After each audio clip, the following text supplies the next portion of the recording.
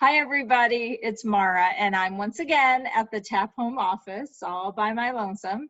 But today I actually am interviewing a guest and somebody that is really important to our brain injury community, the Brain Injury Association in North Carolina. And this is Susan Fuel. Nice to see you, Susan. Thank you.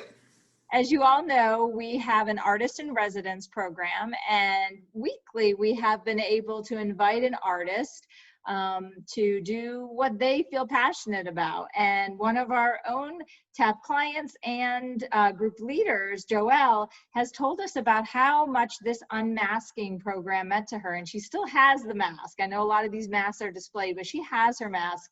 And I know some of our other clients have also done this, so we're going to be offering it at an upcoming artist in residence. So I invited Susan to come, tell us a little bit about the project, how it started, and then we'll look forward to doing our own program later this month. Susan? Right. Well, hello, everybody. Thanks for having me. I work with the Brain Injury Association of North Carolina. We're a statewide nonprofit. We have our main headquarters here in Raleigh, where I work out of, and we have someone in Asheville, Charlotte, Winston-Salem, and Greenville. And we do mainly training. We try to connect people to resources and educational materials, and we try to raise awareness so that other people will understand more about brain injury, will know they're not all alone in dealing with this, that there are other people, and that and also to teach people how to prevent a brain injury, because sometimes we can do that.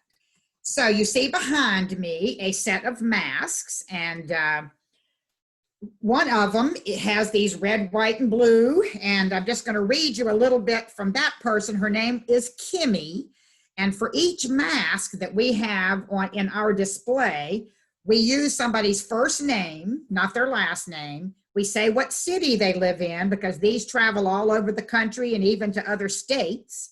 We say how they got their brain injury, and then a little explanation of their mask.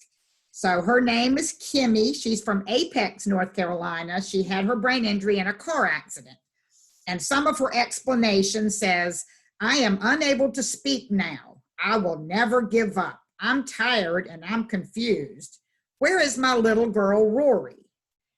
Damn, I've got this. I am going to walk one day. Yes, of course I am. I'm an overcomer. I'm an Army captain. I'm a paratrooper. I've served in combat." So that's just one explanation of one mask that we have in our traveling exhibits. And so I want to, here's one I just got mailed in today. And look, this person put a mask on her mask, and the mask is in the shape of a brain. And she put in her explanation that this was kind of her new outlook. The mask showed her new outlook on life, because she kind of thinks of, she went off a cliff and fell 80 feet. And she considers that she had a second chance. And so she was a very positive mask. Anyway, I would like to share my screen for a minute and show you how this project started. Please do, that would be wonderful. So I'm going to go to the Brain Injury Association of North Carolina website. Any luck? There it comes. I don't know if any of you have ever been to our website, but I just want to point out a few things. Under this tab, it says resource guide and support group. So we do have a resource guide that has chapters on things like support groups, legal, neuropsychologist, speech therapist. So you may want to look in there if you're looking for information. Over here under news and events, we have newsletters that we print quarterly, and we also put them on our website. And so you could go here and look up articles. Here, this was our last edition. It was the picture of a brain wearing a mask and washing his hands. And Mara, do you have one right there? Look, I do, and I believe that I have an article in that.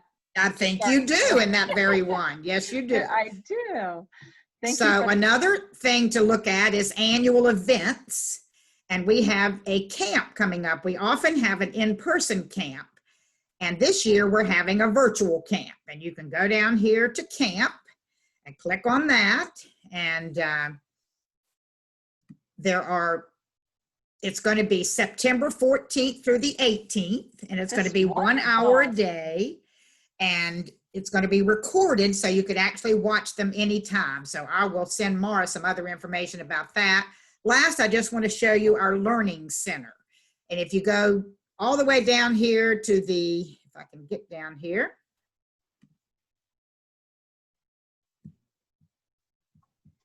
in the Learning Center, there are educational materials. Under here, there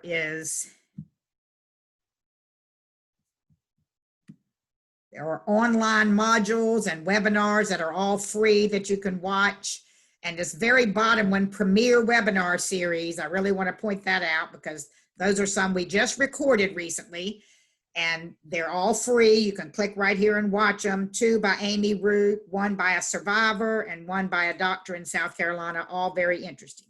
But today, we want to go over here under Get Involved and go to Unmasking Brain Injury, because that's our project.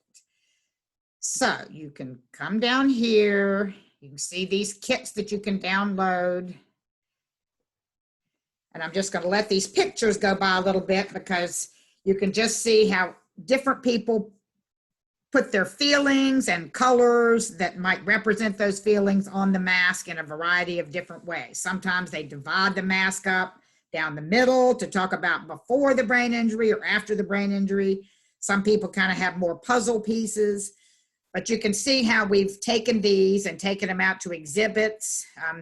This picture with a whole lot of masks around a little pond is at the legislative building, where we tried to take those to educate our legislators. This is amazing. It's so beautiful. I was just going to ask you, how did this start? And now you went down to the story behind the project. How did it get started? It was an article in a National Geographic, and it was from the Intrepid Center in DC, and some soldiers and Marines had come back from combat, and some of them had post-traumatic stress disorder, and some had mild traumatic brain injury. So let me show you some of their masks because they are quite a bit more graphic. These folks have been, in some combat situations. So this person undoubtedly had headaches or some sort of tension that might be represented by that. This person must have been in an explosion. Sometimes when you have a brain injury, your brain swells and they have to take a part of your skull out until the brain goes back down. So possibly this many person, of our clients have had that. Have had that, yeah. This person is kind of like sticking his tongue out at the world. Wow. I'll bet this person has some headaches too. And anyway, now, looks like half this person's life may be calm and, peaceful. And another half, he's got a lot of words on there like guilt and pain and fear. And so anyway, those are some masks that started this project. This was a fellow, this is Marine Corporal Chris McNair, and he was in Afghanistan in 2011 and 12. And his mask, he said he tried to show that he felt like he had a muzzle on with his wounds, but he couldn't tell anybody about them. So that was his mask there that had the green muzzle.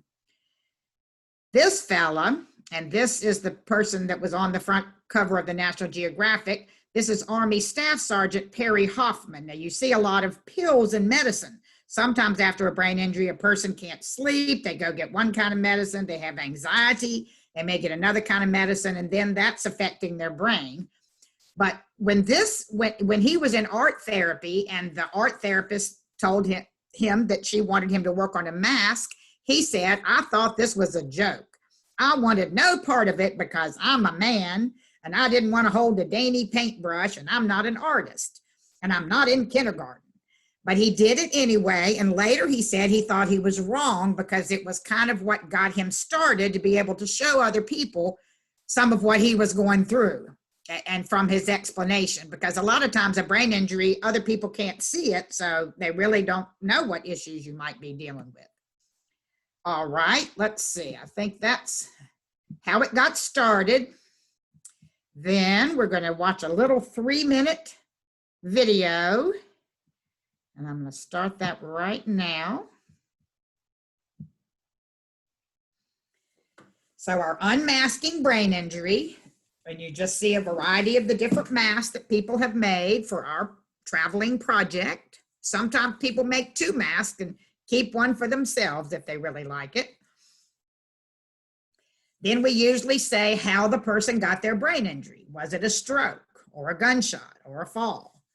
Or was it domestic violence or a motor vehicle?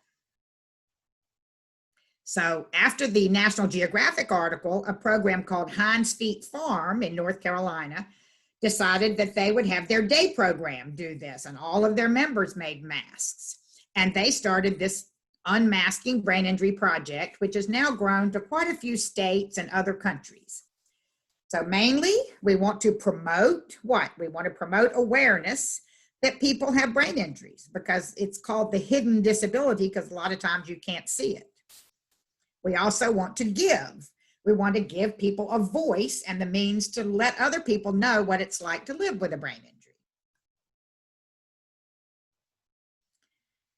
And we want to show, we want to show others that people with brain injuries are just like everybody else, unique. And we all deserve dignity and respect and compassion, and to show our value in the community. So you collect materials together to make your mask. That might be paints or colored markers or words cut out of magazines. We find out your city, how you got the brain injury, and your explanation. And these are some of the emotions that have been described in other masks: joy, broken, confused, slower, strength, nature. So if you're interested in completing a mask, you're going to talk to Mara, and she and I are going to get together and get a mask for you. So I'm going to stop sharing this, and I am going to do one more thing, and then I think we'll be done. So this is behind me now is an exhibit I did that was in Jacksonville for some Camp Lejeune wounded warriors. And we put up a display of the mask. We had them on both sides. And the news media came, and I'm telling you, they came right across that room to this set of masks because it just brings people over. So you see how the color, and then people come up and read it, and they just didn't realize all the ways you can get a brain injury. So it could make somebody think that maybe they need to not fall, maybe they need to wear a helmet, for safety. It also may make people think about not, protecting their home, but also somebody could come up that's had a personal experience with a concussion or a brain injury, and they can find out that they're not alone. So I hope that you'll be interested in making a mask and maybe having that join our collection and go on the official website so that other people could learn from you. Well, thank you so much. Well, I see the Ride for the Rock. We know this gentleman. Mark isn't that right there on your screen? That t-shirt? It is, yeah. That's the Ride for the Rock t-shirt, I think. Yeah.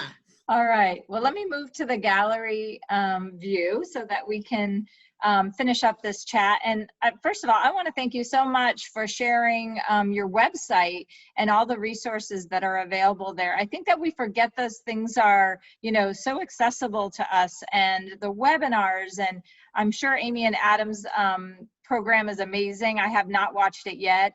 I certainly was honored to be included in the newsletter, and I know Katie Stevens has been in that as well, and just having some of the local people talk about some resources has just been amazing. So thank you for always connecting.